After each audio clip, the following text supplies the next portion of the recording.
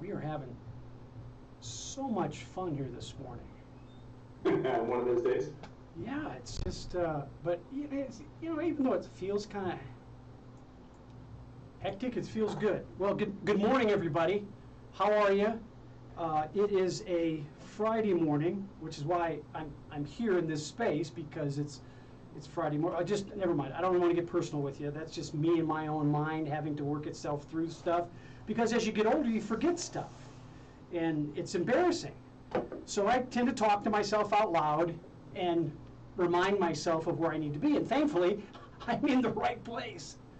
This is 360 Performance every Friday, 11 a.m. Mountain. Is it standard or daylight? I like daylight, but some people will say standard. So I'll go with daylight today. 11 a.m. Mountain Daylight Time here in Colorado. We are here with one of my favorite guests. He's been on the show before. We'll talk to him in a more formal way in just a second. But before I do that, let's share a little gratitude, like we try to do every morning. We have the show on Fridays here at KUHS. We're streaming to you as we do kind of 24/7 music and talk right here at KUHS, streaming on its way to you. And right now we're going to talk a little bit about what are you grateful for? Well, you know what? I'm grateful for the fact that I have things to do that people pay me for, and the check's clear. I think they call it employment. It's kind of a good thing, but I'm different than most. I don't work for somebody. I work with people, and I'm a consultant. So I'm grateful for the opportunity to be around these just wonderful, exciting, creative folks, and have that as part of what I do. So with that being said, I'm going to allow our guest, Vin McCaffrey of G-Plan, to give us our game plan, G-Plan, kind of evolving thing, right, Vin? Vin, what are you grateful for? Yeah, thanks for having me, Lowell.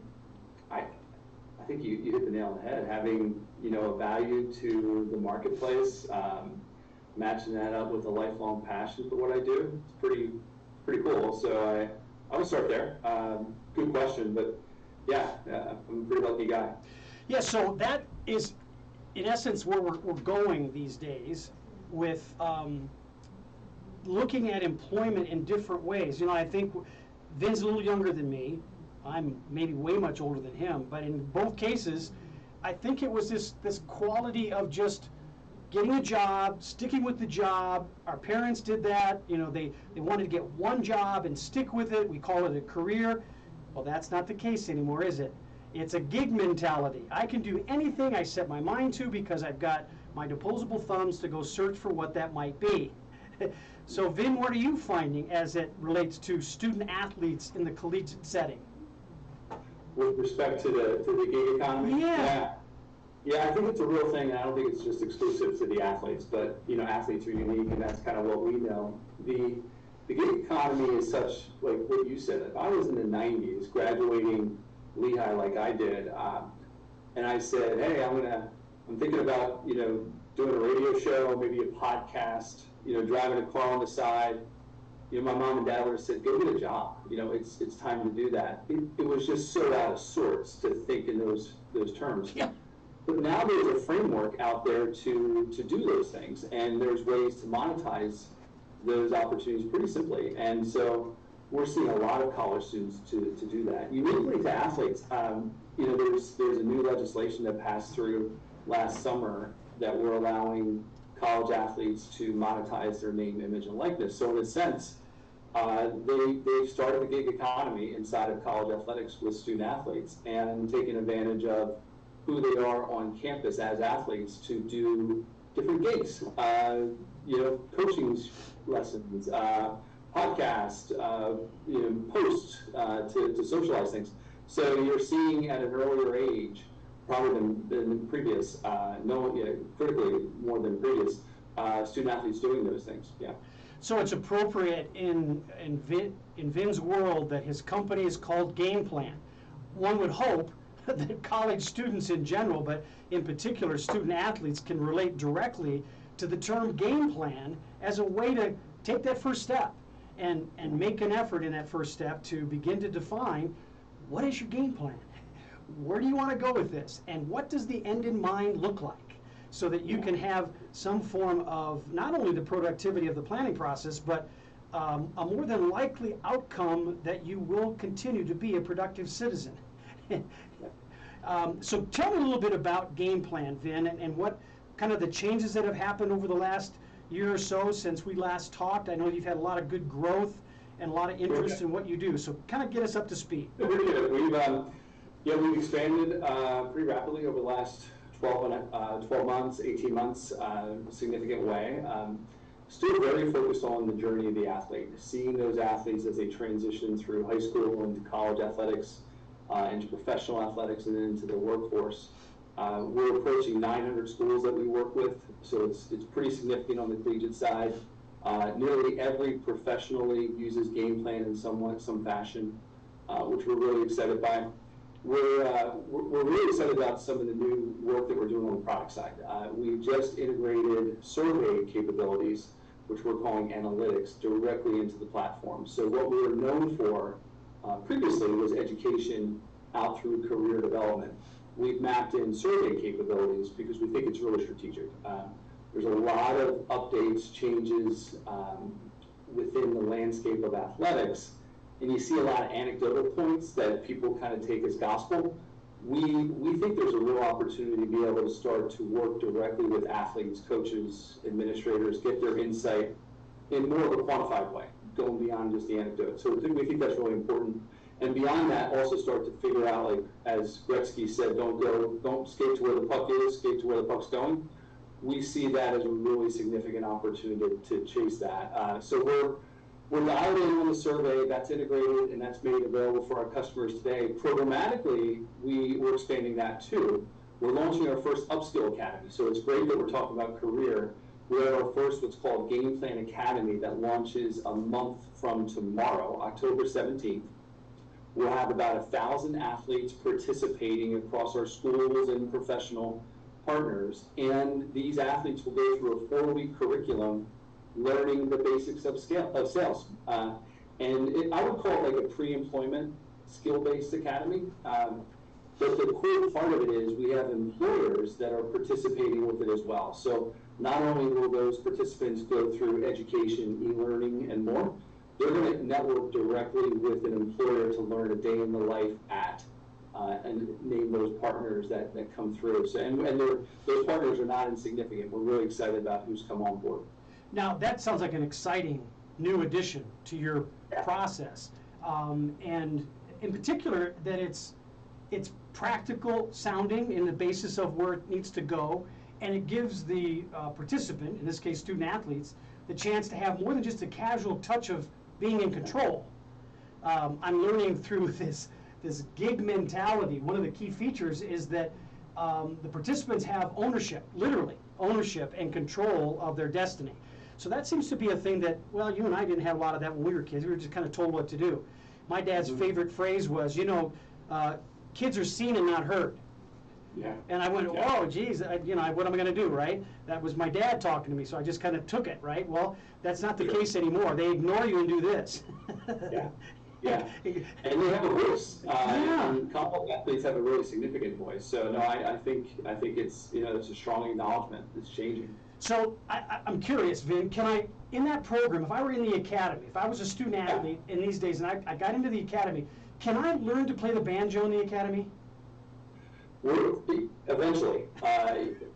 So we're starting out with sales because we're tracking from the employment side, and this is all survey-based as well, where we see kind of law of big numbers. Where the big rocks first, we see a huge demand from the marketplace seeking to hire salespeople, not just athletes, but salespeople in general. Yeah. We'll start to interview and talk with these employers. There's a natural connection point of an athlete experience that fits well into the sales mentality, and so we want to connect those dots.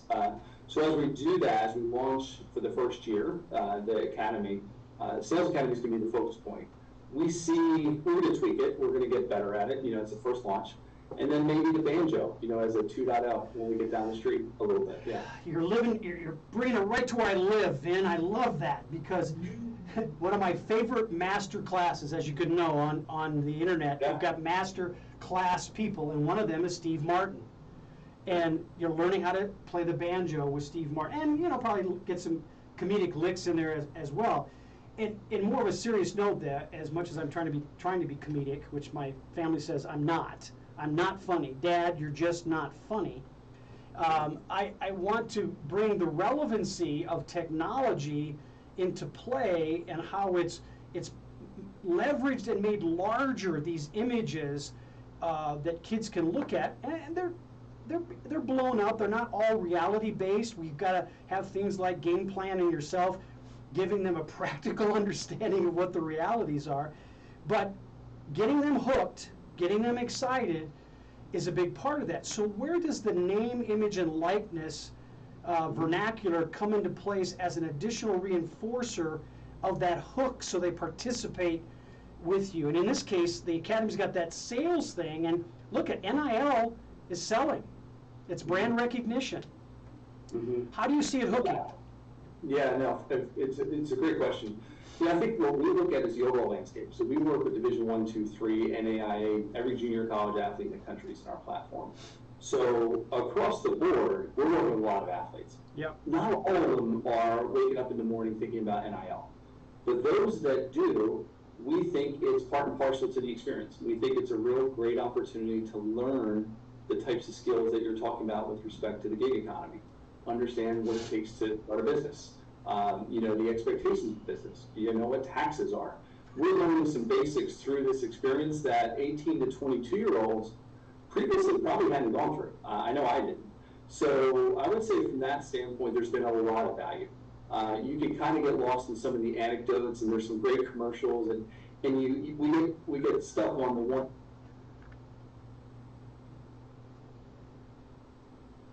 I don't know what happened. I had a tech error, Vin. So hold on just a second. I don't know what went on. Yes, you're back. There we go.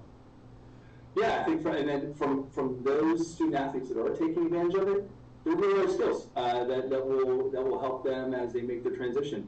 What we know, though, by not just college athletes but college students, compensation is not the only factor associated with why they take a position. What is the mission of that organization? What's the flexibility associated with the role? Who are my colleagues? It was really unique how you introduced yourself in terms of how you work with, not for. I think that's a key part of how young people are thinking. Again, 20, 25 years ago, 30 years ago, that was not part of a paradigm that we could even reference. Now it's something that's widely available, and student athletes in particular are taking advantage of it. Well, and it's interesting when you expand what you just said. There's a cultural relevancy and appreciation that I didn't know about. When I took my first job, it was, there's the task, you go do it, I pay you for that, and don't come out of there until it's done, even if you have a question. Just attack it, get after it. And there's something to be said for that mindset to a certain extent, given the conditions of whatever the task is. But I think today, in today's world, to your point, the young people are looking for, how do I fit? Do I like the chair I'm sitting in? Are the walls painted in a way that I'm not going to get distracted? I mean, I'm kind of being a little silly here, but I'm trying to make my point. Very well suited. I mean, I think internally here, we've become an employer. We've got lots of people working here, and the young folks that we're recruiting, the first thing they want to understand, and I don't know if it's not the reason they come make the jump to work here, is the mission. What is the mission of the organization? What's the work that we're doing? In earnest, I don't know if I was thinking that way, when I'm graduating Lehigh, a gazillion years ago. I don't think that was the thought process. It became the thought process when I founded this, but I had to do some maturing, and I married well, so that helped me out a little bit too. Yeah, you did outkick your coverage. I'm just saying. I'm just saying. Yeah, frequently. Yeah. Well, and as we laugh about it a little bit, there is still a level of consideration to that maturity point. Because I see it all the time with college athletes looking to go pro. They're legitimately in the funnel to go pro. They're going to the combine, so on and so on. But they are still engaged in that mindset of, I'm entitled. Everybody's been doing stuff for me. They feed me on a schedule, they dress me on a schedule, they lay the stuff out for me, and now I'm at this next level of understanding about what I'm going to be doing. So if we can catch them early, because as we both know, it's less than 2% that actually make it to the pros, regardless of what sport you pick. And yet, one of the other things internationally that's happening is recreational activities is growing. It's a multi-billion-dollar industry. What that means is that more people like to play and are hanging on to their competitive dreams of participating in activities. Now, what we're seeing, though, is the non-pro people that are still competing. If they're in college and they have a dream to compete and then they don't get there, what have we done to prepare them? And I think about it, it's so astute what you had said earlier about that college football player and the experience. Way back when, we built an assessment, best I can tell is we're still the only one that identify an athlete's identity uniquely as an athlete. There's 8 key categories, overwhelmingly low. The athlete versus another athlete identifies in structure. Yeah. And it's not close. Things like camaraderie, competition, as compared to other athletes, not the general population. Against the general population, athletes are more competitive than others. They're better teammates than others. Athlete versus athlete, structure rules the day. 76% of college athletes identify most in structure. So when they transition, what we recognize is that it's not this transition because it's a loss of sport, it's a loss of structure. The gig economy can throw you off on that. If you're not familiar with how to manage your own schedule and time, that's a key aspect associated with the transition. How do you understand your structure? So it's what you just mentioned, that's a real thing for every athlete, nearly every athlete, as they make those transitions. So let's talk a little bit more in depth about NIL and that structure component you're talking about. And I'll set this up by doing this. You and I are football teammates, okay? And I am on the depth chart, I'm on the 3rd rung of the depth chart as an offensive lineman. And you're the quarterback, okay? So you have a population of followers that's different than my population of followers, but I feel I've got a possibility of growing my followers. So I then creatively consider, as long as I'm being aware of my quarterback, as well as my role as the 3rd man on the totem pole of the depth chart, I'm going to build content into my NIL image, social media wise, that's going to leverage off of you, the quarterback. All of a sudden, I'm getting some attention. I'm getting brands looking at me because my followers grow by the fact that I'm echoing what my quarterback does because I'm close. I've got a physical proximity to build that image. And yet, the coaches and administrators are saying, you're very distracting. You're only the third string offensive lineman. You're creating a lot of noise off the field. But I'm making some scratch on this. Mm-hmm. Why would I stop? And the quarterback's going, I'm not getting involved in that because he's building my brand. Mm-hmm. And this is more real than it is fictitious or imaginary. Yeah. So I'm wondering about the structure then that you may talk about at Game Plan regarding like the sales curriculum at Academy. There's a structure with that. There's a promotional consideration about product and service. Is that translatable to the real day-to-day life of that collegiate student athlete? Yeah, the scenario you painted is a real one, and I want to address it. I'll come back to the bigger picture opportunity to help college athletics. But to answer your question directly, yes, the structure, the experience, that young division, the offensive lineman that's 3rd string today, hopefully will move up the rung. I have a lot of confidence in you. I think you'll move up. As that goes, and the culture starts to settle down, this is so new. Coaches are just trying to get their arms around it. And there are those locker room discussions happening. We know they are. It's not crazy to think that way. But if that student athlete's moving to transition into the workforce, those are real experiences.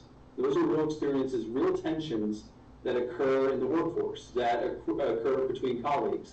We look at ourselves as an opportunity to be able to uncover those real experiences, to be able to have a discussion with an employer in an interviewing process. What makes you unique as an athlete? Well, let me tell you about this real situation I just went through. I was doing pretty well with this name, image, and likeness. It started creating a little bit of tension within the team. Here's how I took the right approach on this. Here's how I managed up to my coach. Here's how I managed laterally to my teammates. Like, that's a real conversation to have with an employer. It's incredibly valuable. So, highly transferable. Let me really touch on the second part of this, because this, in my opinion, is almost a bigger opportunity. College athletics and the landscape and the administration and the coaches is changing really fast. Yep. There's a recent poll coming out of Sportico. It's a worthwhile read, but you're seeing a very significant turnover amongst college athletics, particularly at the Division I level. So two things are happening. The workforce in college athletics is shrinking, and we're seeing a 2-year turnover rate of over 40%. That's hard to create any kind of continuity amongst the culture and administration. And when everything is evolving so quickly in athletics, and I'm intentionally using the term evolving, because if I use the term change, it means to say the way things were done before are different than today. The reality of it is student athletes still have to perform academically, they still have to perform athletically. On campus, you could argue they have to be better citizens on campus than ever before, because everybody knows who they are. It's just there's these other elements of the transfer portal and NIL and other aspects. So that administrator who may have worked their way up through understanding what college athletics was prior to, let's just call it 3-4 years ago, that's shifted enormously. And so at Game Plan, because we do have the presence like we do in athletics, we're actually launching our first staff development program. It's targeting more the young staff to help them understand the evolving nature of college athletics, how we're helping to address their growth, because they want to see development and growth. They're a young person as well. They're probably former recent college graduates that were athletes. So they see the transitions, but we're investing in them to make sure that as college athletics continues to evolve, they're keeping the finger on the pulse, and we're helping them see the landscape better. I want to emphasize a couple things you said, so that our audience doesn't miss the fact that it's not about change, it's about evolving. Because if you purely land in change, you sacrifice something, you leave something behind that could have value. By evolving, you're considering the landscape and bringing everything forward that needs to retain itself with some conditions as you improve it. For me, it's like fertilizing my lawn. I don't want to give up the green lawn. I'm not going to take out my whole grass. I want to keep the richness of what's there, but I want to enrich it and engage it a little bit differently. The other thing is, you mentioned the transfer portal and that representing evolution primarily at the player level, but because of what's going on in sports and the allowance of the transfer portal, coaches are also having a better opportunity to shift quickly, or not be afraid or concerned that if I end this contract, I won't get another one. Yeah. It's not the case. So I want to ask you the question about where does Game Plan, in what it provides the college marketplace at all levels, when you're looking at the transfer portal kind of scenario, the real boots on the ground impact. Kid comes in, he's in for 1 season, something looks greener, I'm out of here. Does his or her connection with the structure that you provide at that first institution follow them, or can it follow them? It has the possibility. There's some walls built up for privacy purposes for something that's confidential at school Y versus school Z. But yes, to answer your question. And the bigger challenge is when that student athlete comes in, culturally they're going into a new environment. Much of the onboarding, if you will, for college athletes is designed for the incoming freshmen. So the cultural awareness, understanding what expectations are, so on and so forth, that's occurring at a level that they would have missed because they're now transferring in. and they're playing catch up, from a cultural standpoint. They might be outstanding on the court or on the field, but the reality of it is, culturally in that campus, that's new to them. So we're able to help assist with that, to lay out a framework. We have a really cool feature. It's build your own course, and it's used widely. But if I'm at a given school, if I'm at Lehigh, I can start to lay out the culture of Lehigh athletics or a transfer, which is a real thing. That's not a one-off anymore. We're seeing really significant transfer rates across a lot of sports. So helping those individuals with their transitions, in our opinion, is a key part of our role. And then helping become an extension of, obviously, the administration and the coaches. Yeah. So then, Vin, when you have an athlete at a game plan school that then transfers through the portal to another game plan school, is that a fairly easy structural connection for them, or do they still have obstacles? Yeah, no. I'll give you one better. We started working with the NFL, and I think I can say that. We've been working with the NFL for a while now. Well, you just did. Yeah, so the cat's out of the bag. So we've had this wonderful relationship, and they have some great forward-thinking folks. So they've invested to have an entire curriculum designed for college football players on the collegiate athlete experience, how they're being evaluated by the NFL and scouts. But most importantly, what is that journey for a college football player? As those individuals matriculate to the draft combine, ultimately into the league, game plan sees them all the way through. They're just updating their account from given athletics department into given professional club. And so we look at, and that's always been our mission. How do we see the journey of the athlete through all their different experiences? Yeah. It happens to be that the employer in this instance is the NFL. And so we feel really good. And I can't take credit for that. There's some really smart guys, Troy Vincent, Roman Oben, just thought that one through to see it from the perspective of the athlete and the challenges that they've always perceived. But now with game plan, they have an extension to be able to reach more athletes, to be able to deliver that kind of education. So that was with the presumption that the athlete at the collegiate level was already a game plan participant. Mm-hmm. And then you bring the NFL relationship to help them with the connection going forward.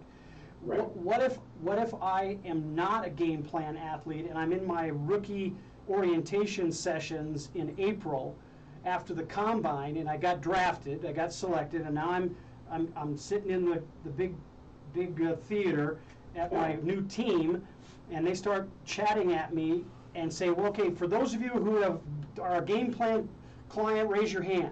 And my hand doesn't go up. How do I get included? Yeah, so I wouldn't say it's sophisticated, but it's very simple. We're looking at rosters, every day of the week. So all those athletes, the professional athletes, are coming to the game plan per the league office, and then even as they are transferred team to team, traded, cut, picked back up, mm-hmm. we're able to see those guys all the way through. Just as a sidebar, John, we can talk about this more, but John was a good friend of mine. I won't give his last name on air, but he has a company called AthLife, and yeah. he works with the orientation of rookies. Are you familiar with their company? So we partner with AthLife at the NBA, at other major professional leagues as well. And so what John's done incredibly well has been to help with continuing education, career support, in what I would call in a personalized way, in a professional consulting services oriented path. So we're often the technology that AthLife uses as they're engaging their athletes. They'll see our assessments, for example, to help an individual think about major continuation, life after sport. They're a good partner. They're good people. Well, Vin, then we have much more to talk about off air at a later time, because I've known John since he started the company. So, good guy. Very good. Little quirky, but that's just a whole personal thing I won't share now. But I want to go back to continue with our connection on NIL and transfer portal, because that transfer portal, when that kicked in, that seemed to just pump even more energy into the NIL thing, because the rationale for a college athlete to move from one school to the next is that perception, be it real or not, it's imagined for sure, grass is greener. Jump the fence, better things there for me to get. Doesn't always happen. Maybe it should more often, but you just never know, right? So when we talk about structure, what are some key things that game plan puts in place that, I hope they pay attention to them, puts in place for that college athlete to do a better job at assessing whether I should move or not? And if I do choose to move, what are my considerations? What's my paradigm shift? Because this is a huge paradigm shift for a lot of people. And many of them are not directly connected to the athlete and are making decisions for the athlete without really counseling with them. Yeah. To be honest, though, we are there to assist on transitions in. We're there to assist on transitions out. And as far as the contemplation aspect, we work with the administration. So we're not going to work directly with the athlete because we think our lane is more of a support role in that fashion. That's a coach discussion. That's an administrator discussion. Going through it, albeit a long time ago, I can't imagine outside of family a deeper relationship than an athlete has with their sport, particularly if they're playing at the college level. At that point in their life, 18 to 22-year-olds, and I say this in the most loving way, knuckleheads, they are thinking about their sport all day long. And that's not just because that's their structure, it's just how they're wired since they've been young, going to the point, like this is the culmination. Many of those sports don't have a professional athlete, so that is their professional experience in a sense. So as they think about transferring, we're there to support from behind the scenes, but ultimately, the coaches, the administrators, they have to guide this. That's a key part of where this fits with the student athletes and in the relationship with the coach and the administration. It's really hard right now because the masses that are transferring that we're seeing, and I think that makes that profession more and more difficult every day. So let's talk a little bit about that coach administrator access to resources that you may supply or may be supplemental to what you supply, so that they need to know that, hey, I have access to this. If we're a game plan college, I should be, as a coach, interested in understanding where's my players' heads at. And if they're using game plan, that's a structural device that helps share resources with them, and I should be aware of it. How does a coach or administrator connect into the game plan systemic process? Yeah, just like an athlete. So as we're working with an athletics department, and that's our customer, so we sell software subscriptions to athletics organizations. So in said instance, this is a college athletics department. Administrators, coaches, there are various roles and functions, but they actually have a user type that's in our platform that will oversee their given student athletes. Yep. An athlete's a different user type, or an athlete for that matter. And then we actually have an employer. We also have alumni as mentors in our platform. So there's several different user types all into one common application. Because as a dear friend of mine once said to me, ask a kid to go to one place, they'll go. You ask them to go to two places, they'll go to both. You can ask them to go to three places, they don't go to any. And there's a lot of truth in that. So by streamlining this to one integrated platform, it's been killer. For the athletics department and the administration, they have it at their fingertips, and they're coming on board just like when the athletes do. Yeah, information overload is a big consideration for me on a daily basis. Making sure that we're focused in the intent and that it's targeted at any given moment, and you don't leave one target too quickly, or you're going to get into the scenario you mentioned. Now, as we're talking, there's another feeling, a set of emotions that are going on in the world of athletics, academics, competitive sport work, but also it's a global impact, and it's in the area of mental health. Now, I try to stay away from the term mental health and use mental wellness, because for me, mental wellness is preemptive, it's proactive, it's looking at strategic foundational components of wellness so that we don't slip into the black hole of illness and tragedy, which tends to be where systemically most colleges and corporations, for that matter, are looking at illness. It's easy to see. Oh, you are depressed. You need medication. That's easy, boom. But when it turns to wellness, it's an issue of looking at what paradigm are you living in right now for this given issue. where are you at in your head about considering transferring, like you said earlier? So you've got this particular relationship with the university, which is great because it complies with the compliance department. But before that, what are the gateways for athletes to understand this is a resource I need to look at so that I can maintain my mental wellness, my state of mind? I'm not going to get so overwhelmed with all the choices that I freak out and do something stupid. Yeah. Yeah, a couple of years ago, a good friend, a guy named Woody Dixon, who at the time was general counsel for the Pac-12, called and said, we just moved the Pac-12 basketball tournament to Las Vegas, and I've got a bunch of 6'10" guys walking through the casino floor before they go play their game. We got this sports wagering thing on our hands. We got to go fix this. And I'll be honest, up until that point, I don't know if I really connected the dots of sports wagering in college athletics. I immersed myself into that to the extent that I started to learn, and we have the most comprehensive sports wagering curriculum out there for athletes to address this real issue. As I started to kind of come through that, I started hearing from schools that these student athletes are getting texts from bettors, and these are Lehigh basketball players. We're not just talking about the folks that you're seeing on TV every night of the week, although Lehigh's on quite a bit. The piece that I started to connect was, what does this do to 18 to 22-year-old's mind? Like, how I already know what's going on cooking in there, and now you start to layer on all these other things, and then you got name, image, and likeness. You've got transfer portal, and you're the junior that sitting back on the bench because next year is my year, and then all of a sudden another kid just transfers in. Like, what does that do to that person? Mental wellness is a real thing. So Game Plan has approached this as as I came out of my sports wagering mindset, I shifted quickly to mental wellness. It's been behind the scenes, the thing I've been working on behind the scenes. And I would say we're covering 50 to 60% of where I want it to be.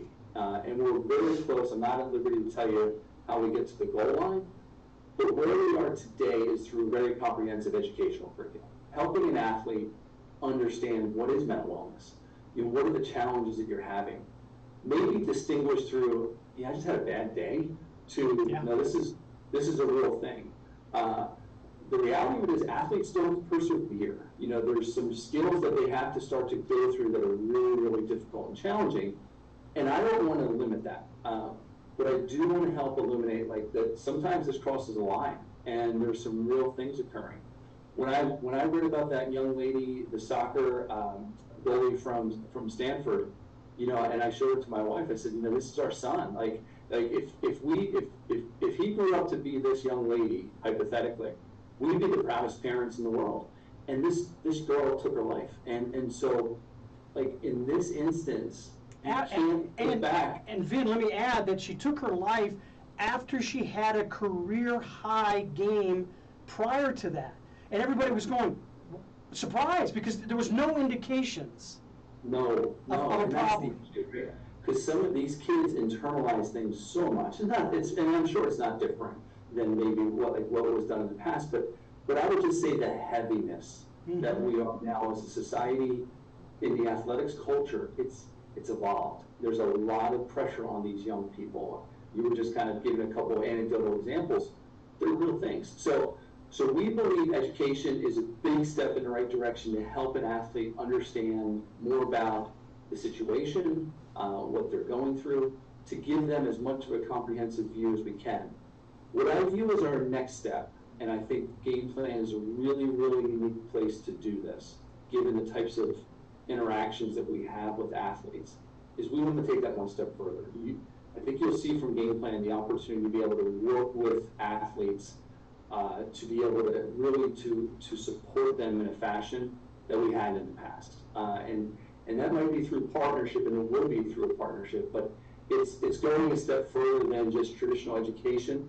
It's stepping out to help them as an individual, and we're really impassioned about what that means. Yeah. And you're talking about things that are just a routine, common part of my everyday, and an assessment is an area of, in the corporate world, the example would be assessing an individual that's going to be hired by our company as to what's your desires, what are your foundational desires that define who you are, so that we can be better prepared as an employer to address your needs, whether it's in training or resources to support your job, whatever it might be. Well, when you say the word assessment, people jump to this, oh yeah, I'm going to check a box or put a number on a piece of paper, and it's going to tell me that I should be a bricklayer and not a salesperson, you know, or I should be a chef instead of a professional athlete, you know, something like that. It's not gotten a lot of credible examination.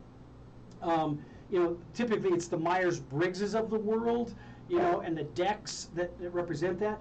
But in my world, I have scientific measuring devices for looking at the desires of a person, and I'm wondering, where does the game plan process or the paradigm in the marketplace of athletes and coaches to understand you better, you know, asking the right questions of the athlete, you know, not just flippant, like how do you feel today? What are you up to? And then just whatever answer you get, you just turn and walk away. You know, there's purposeful intent in your measurement. So my question to you is, within what you've seen and all the things you're developing, and is there an assessment process to give us a kind of a foundational baseline of understanding of the parts of the participants, that student athlete?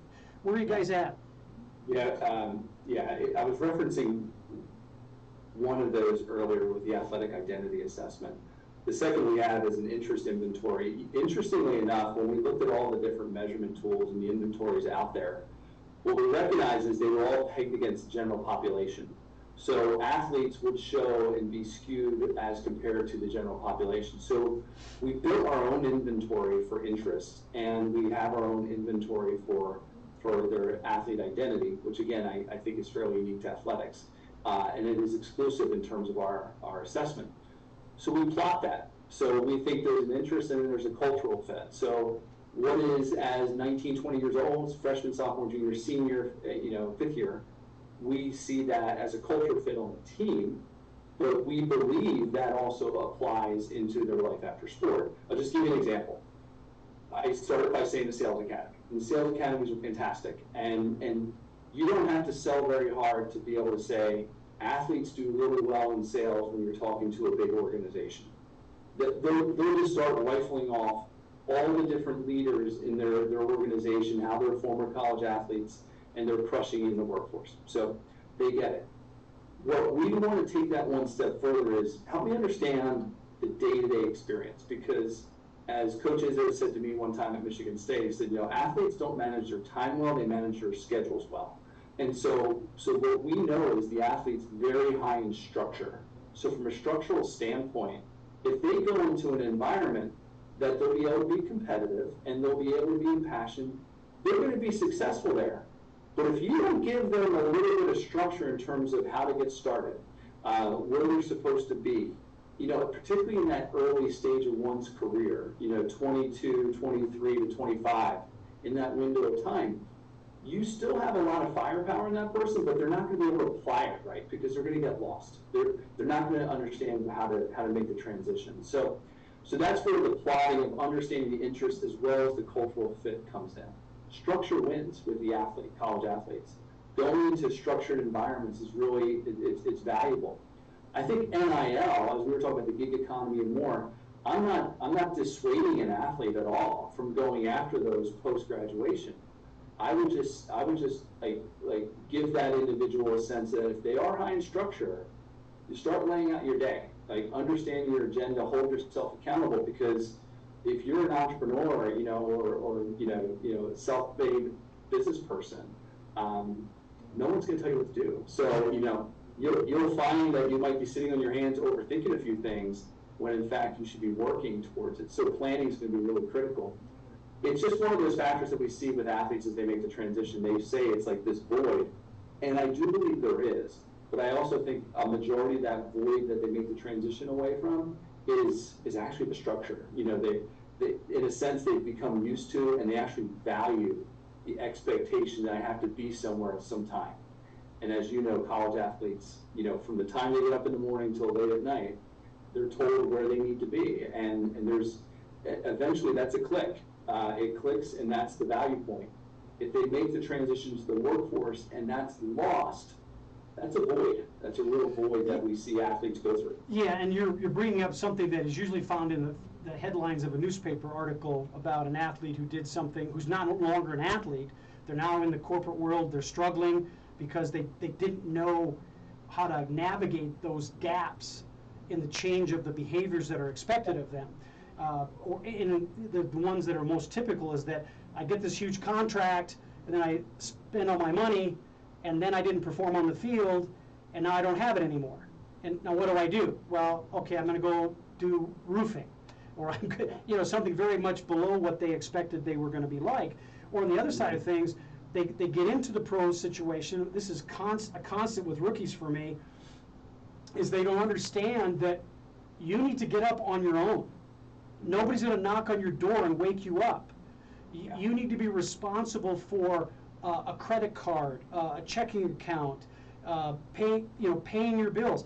I can't tell you how many experiences with really, really high-level professionals, especially in baseball back in the day. They would leave their bonus checks at the front desk as they would exit the franchise office, and the secretary would have stacks of checks, 6- and 7-figure checks that hadn't been picked up for weeks. Yeah. Not because they don't want money, it's because they didn't pay attention to the details. Somebody else always told them what to do. Yeah. It's an issue. It's a real thing that and it's not like, let's approach this post-sport. This is an 18-year-old discussion. Yep. That when they're 19 and 20, it's chip away. Uniquely for financial literacy and financial education, there's more awareness, in my opinion, than we've ever seen. And I still don't think we've moved the needle to the extent that we need to. I would just say, given what we've gone through the last several years, I think NIL has actually made this a premise. You're seeing when states are actually supporting NIL bills, that they're requiring financial education, for example, as part of that bill. So there's movements that are happening, and they're structural, that I think are really positive. And we're seeing it. We're seeing a difference that athletes are more aware of financials. I'm not saying they're ready to go become Warren Buffett. I'm just, they're in a place, it's a better place than I've seen in the past. Well, it's quality of life.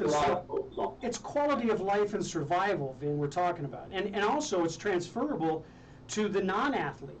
The active student, who's very academically charged and is very active, or it could be a person in band or a theater person. They're really enriched in their experience with college. They got a lot of distractions, a lot of choices they need to make. Those are very common to the student athlete. It's not limited to just the student athlete. So my next question for you, does the game plan platform, is it relatable to and for non-athlete college students? The non-athlete can certainly glean certain things from game plan. It's built for the athlete, though. It really is. It's designed and built uniquely for the athletic experience. There's certain educational content. Financial literacy is one of them. Absolutely applies. Mental wellness. There's other things in content basis that are inside of game plan that are designed a little bit more broadly, and that would apply for every college student. But by design, it is all in. And I'm asking you the question to set up this for you to talk about your future growth. And I don't want to ignore my arts clients, my singer-songwriters, my comedians, and the Broadway performers that I've worked with in the past. Is there a thought in your future that you take the model that's already really well developed for sports, and like we talked before, don't throw the baby out with the bathwater, and move it to the arts, perhaps? There's lots of academies for arts, and that specialty. Is that where you're going with game plan? Maybe in the future. I think there's a lot more headroom inside of athletics. Our model is predicated on what we call the athlete journey. If you look at science behind it, we have it literally plotted year by year of active athletes from the time where we call it the competitive athlete versus the social athlete. you played high school sports, I played high school sports. There's a point where that athlete, it's different for the one kid versus the other. Way different than it was. Oh my gosh. And from that standpoint, when that competitive athlete, regardless of the outcome, says, I want to go play college sports, we actually think there's a value inside a game plan in the future there, where we can start to engage with that young person at an earlier age. Perhaps helping a parent, just like we're helping with the administration. I read a quote by an athletics administrator over the summer, and his point was, youth sports is being supported by parents. High school sports primarily is being supported by parents. There's a day in the future, the majority of college sports will be supported by parents. Parents and guardians are going to play an integral role of all this, and helping them if they hadn't gone through it themselves. And it's not to say that we're trying to wedge ourselves in between a parent and a family, but maybe help them in guidance. We're the largest provider of education to athletes in the country, and it's not close. So if we can take what we learned there and help that young person who says, Mom, Dad, parent, guardian, I want to go play college athletics, we can help there. And I think that's something that you'll see from us in the future. Well, and I'm glad you said it that way, Vin, because you reminded me of the differences I share with high school coach versus college coach versus pro coach. High school coach is everything: administrator, chief cook and bottle washer, fundraiser, X's and O's person. And then you go to the upper level high school to college, and now it's more administration. It's manage a staff, assign task, the global game plan, from week to week. It's heck, you could be an events planner as well in certain college levels. Once you move from there to the pro level, all of that's gone. You are a figurehead, you are a face on a poster, you are the voice of the team, and yet, at the moment things go to shit, you've got to be the one stepping in to take care of that and administer. So you're also a politician, in addition to being the administrator and the person that represents all of the behavior. And I think without those same words can be applied to your scenario about parents and the progression of the parent attitude throughout that cycle. So as we come close to the end of the show today, Vin, I want to ask you about what you want the athlete, the high performance athlete, at whatever level they come in contact with game plan. What do you want them to have as the takeaway from today's show? Well, I've enjoyed the show. Thanks for having me. I think the takeaway, as in all our interactions with the athlete, we understand and gone through the experience and the journey ourselves. But for every athlete, it's unique. We can't put ourselves in their shoes, right? Empathy, true empathy is being in your shoes and seeing another individual go through theirs and having an empathy for that. We have the most sincere empathy for that experience because we value it so much. So to the extent that that's on their mind, they're looking for a little bit of help and guidance, that's where game plan kicks in. The good news is the folks that they've likely surrounded themselves, coach, administration, family, they may be aware of game plan. They may already be using us. Mm-hmm. So taking advantage of that goes a long way. That's where we come from, man. I know a lot of the conversation was around NIL, and it's topical, mental wellness topical. It's part of it. This has now become part of a discussion that has to be a lot more comprehensive with the athlete's growth. Because the real success and the measurement that we're looking at is, how are they doing a couple years past graduation? Like, what's that look like? What's the preparation and the transition like successfully? That's the outcome. But if all you're doing is stuck on an outcome, did I get a job? Like, what's the process to get a job, right? So all of those steps are the ones that we're trying to map out and be supportive of. We're really excited. Like, this is a dream come true, right? Like, I'm the knucklehead that played college basketball and had a chance to kind of continue to do what I'm doing. And I'm around a bunch of people that have a similar mindset. We all come at it very differently. If you were ever to be part of our meetings, you would know that. But the one common element associated with our company is that piece, that question you just asked me, I think everybody would answer it the same way in our company. That there's complete alignment to the empathy and the value of the student-athlete journey. And I will just add to that in closing today's show, Vin, that it's not about the sport. It's about the kid who's in the sport. It's not about the coach. It's about the information the coach gives the kid. You know, it's as you're a father, you're a parent, we know that we never want to look at what the total cost is for me to raise my child because we know it's going to be just extraordinary.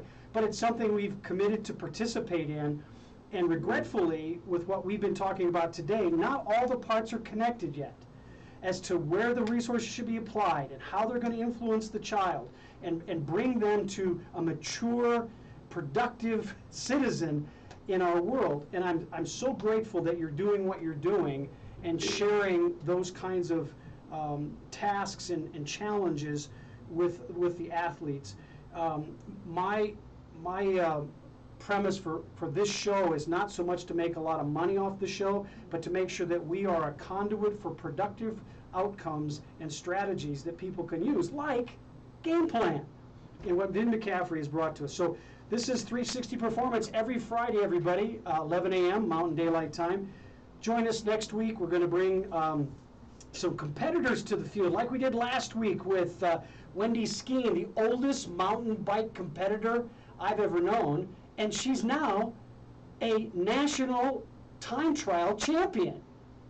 That's amazing. That's the kind of stuff we want to bring to your attention to show you what it is you have as choices to make your world better than it started on each day. Have a great day today. Vin, stick with me as we break, but have a good day, everybody out there.